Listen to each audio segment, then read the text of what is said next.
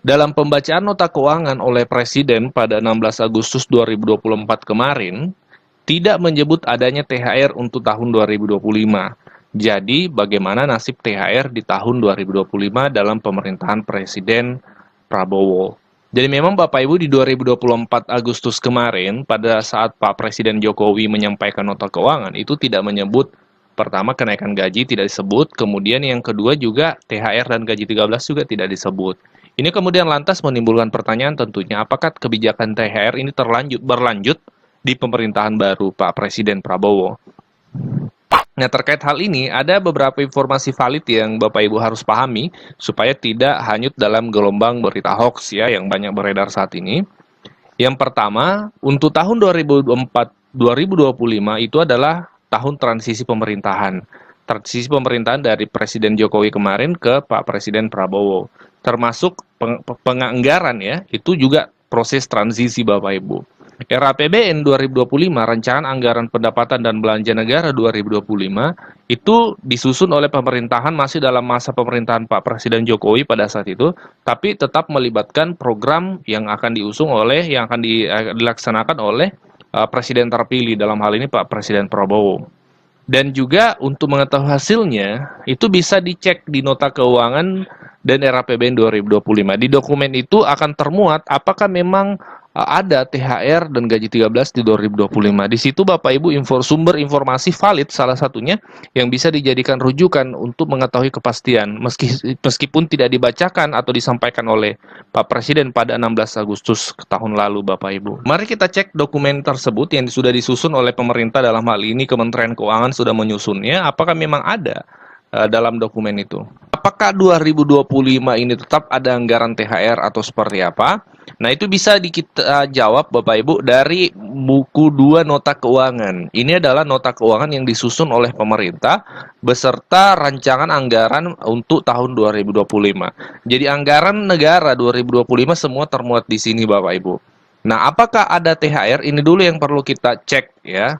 Nah, kabar baiknya di halaman di halaman 118 dari dokumen ini ya, itu termuat keterangan seperti ini. Belanja kementerian atau lembaga dalam era APBN tahun anggaran 2025 direncanakan sebesar 976.788 miliar yang peruntukannya dimanfaatkan untuk 1. Pemenuhan kebutuhan minimum pelayanan pemerintah termasuk tunjangan hari raya dan gaji 13. Nah, jadi di sini sudah ada jawaban dari pertanyaan pertama. Poin pertama bahwa THR 2025 ada atau tidak? Ya, jawabannya ada Bapak Ibu ya, di nota keuangan termuat. Pertanyaan berikutnya dari subscriber tadi, lantas adakah informasi tanggal pencairannya?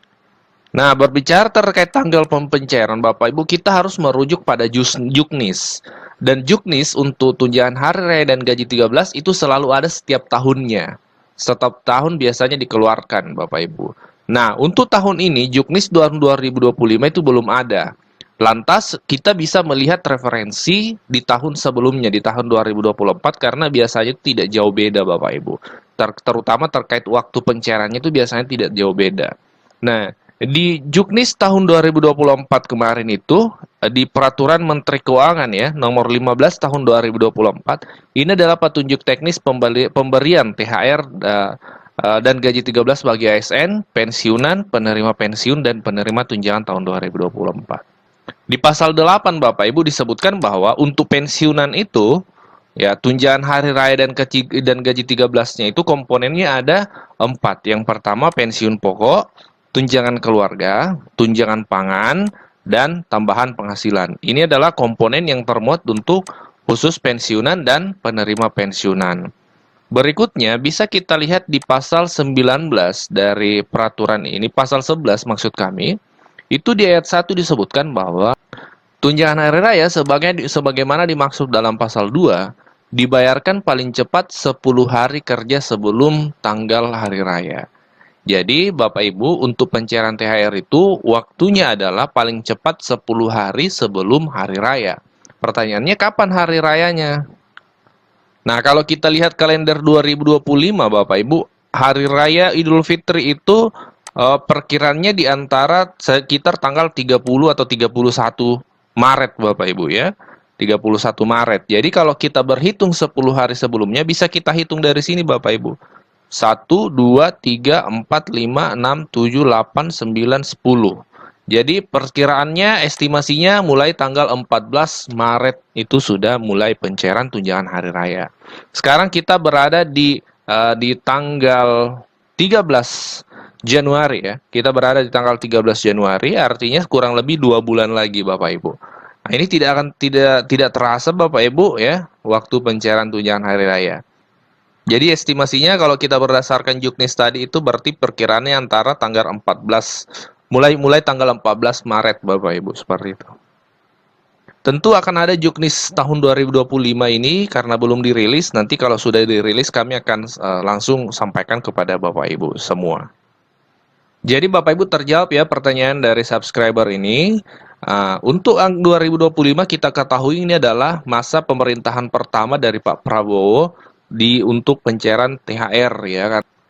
Nah, kemarin ada pertanyaan apakah THR dilanjutkan di 2025 mengingat presiden sudah berlanjut. Jadi jawabannya tetap berlanjut Bapak Ibu ya, karena di nota keuangan tadi RAPBN sudah ada. Dan dokumen yang lain dari yang sudah dikeluarkan oleh pemerintah juga menerangkan hal itu.